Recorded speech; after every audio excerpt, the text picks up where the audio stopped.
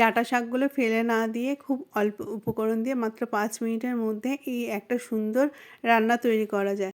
Gomes home kitchen থেকে আপনাদের সবাইকে আবারও স্বাগত। তাহলে বন্ধুরা আর দেরি করব না, দেখে নেওয়া যাক আমি কিভাবে রান্নাটি করলাম।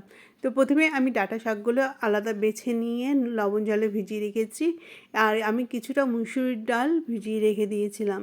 তো এখন আমি এখানে মুসুরির ডালটা সেদ্ধ করতে বসিয়ে দেবো।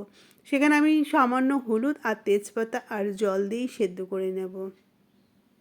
বন্ধুরা, এই পদটা এতটাই খেতে ভালো লাগে যে গরম ভাত, পুরনো ভাতটা এই পদ দিয়েই খাওয়া হয়ে যাবে, আর রুটি দিয়েও খেতে দুর্দান্ত লাগে। তো এই ডালটাকে আমি খুব ভালো করে সেদ্ধ করে নেব।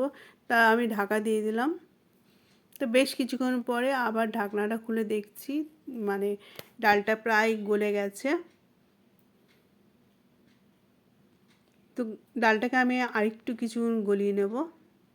এখানে আমি আর কোনো জল দেব না, পুরোটাই এই জলের মধ্যেই রান্না হবে। তো আবার কিছুটা গলে গেছে, তো শাকগুলো আমি এভাবে কেটে নিয়েছিলাম, সেই শাকগুলো এবার আমি ডালের মধ্যে দিয়ে দেব।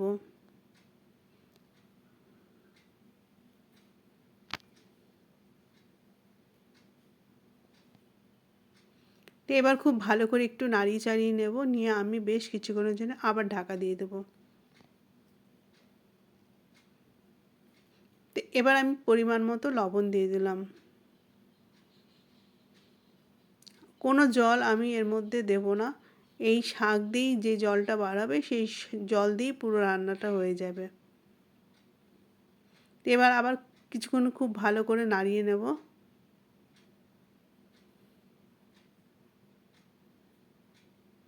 তো এরকমভাবে তোমরা কারা কারা খেয়েছো অবশ্যই কমেন্ট বক্সে বলো। আর যারা কোনো দিন খাওনি অবশ্যই একবার বানিয়ে খেয়ে দেখবে, নিশ্চয়ই ভীষণ ভালো লাগবে।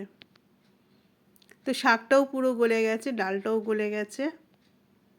তো এবার আমি খুব ভালো করে নাড়িয়ে চাড়িয়ে নেব। তো এখানটায় অনেকটাই জল জল আছে, এই জলটাকে আমি আরেকটু শুকিয়ে নেব।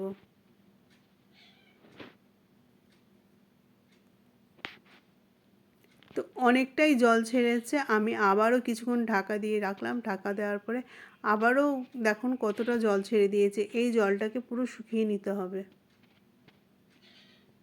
তো এবার আমি দিয়ে দিলাম কাঁচা লঙ্কা। তোমরা যে যেমন পরিমাণে ঝাল খেতে ভালোবাসো সেই পরিমাণে কাঁচা লঙ্কা দেবে। আর একটু শুকিয়ে নেব, প্রায় হয়ে গেছে। তো এবার আমি ডালটাকে নামিয়ে দিলাম। ফোড়নের জন্য আমি আলাদা একটা কড়াই নিয়ে নিয়েছি, তার মধ্যে আমি দিয়ে দিচ্ছি সর্ষের তেল। আর এখানে আমি ফোড়নের জন্য নিয়েছি রসুন, জিরে, শুকনো লঙ্কা আর পেঁয়াজ। ফোড়নের জন্য আমি প্রথমে দিয়ে দিচ্ছি গোটা জিরে, তারপর দিয়ে দিলাম রসুন, এবার দিয়ে দেবো শুকনো লঙ্কা। একটু নাড়িয়ে নেব, নাড়িয়ে নেওয়ার পরে আমি দিয়ে দেবো পেঁয়াজ। যারা পুরোপুরি নিরামিষ হিসেবে খেতে চাও তারা রসুন আর পেঁয়াজটা স্কিপ করতে পারো। এবার এটা খুব ভালো করে আমি নাড়াচাড়া করব যাতে পেঁয়াজগুলো লালচে লালচে হয়ে যায়। তো পেঁয়াজগুলো লালচে লালচে হয়ে গেছে, তো এবার আমি ডালটা আর শাকটা দিয়ে দেবো। তো এবার এটাকে খুব ভালো করে নাড়াচাড়া করে একদম শুকিয়ে নিতে হবে। তো এইভাবে তোমাদের কার কার ভালো লাগে অবশ্যই কমেন্টে বলো। আমাদের তো ভীষণ ভালো লাগে, আর গরম ভাত এই পদটি দিয়ে পুরোটাই খাওয়া হয়ে যায়। তো বন্ধুরা, আমার এই রেসিপিটা ভালো লাগলে অবশ্যই লাইক সাবস্ক্রাইব করে পাশে থাকবেন আরও নতুন নতুন রেসিপি দেখার জন্য। আমি তো সাধারণত ঘরোয়া রেসিপি শেয়ার করে থাকি, ভালো লাগলে অবশ্যই একটা কমেন্ট করে বলে দেবেন। আর এই রেসিপিটা যদি ভালো লাগে লাইক কমেন্ট করতে ভুলো না। অনেক মজাদার একটা রেসিপি, তোমরা অবশ্যই বাড়িতে একবার ট্রাই করতে পারো। খুব অল্প উপকরণ দিয়ে খুব সহজেই 5 মিনিটের মধ্যে এই রান্নাটা তৈরি হয়ে যায়।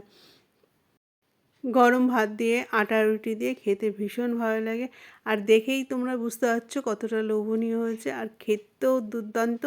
তো অবশ্যই একবার এইভাবে সবাই ট্রাই করে দেখবেন, কথা দিচ্ছি নিশ্চয়ই ভালো লাগবে। তো সবাই ভালো থাকবে, সুস্থ থাকবে। আবারও দেখা হবে নতুন কোনো একটা রান্নার ভিডিওতে। তো যারা এতক্ষণ ধরে দেখলেন তাদের অসংখ্য অসংখ্য ধন্যবাদ।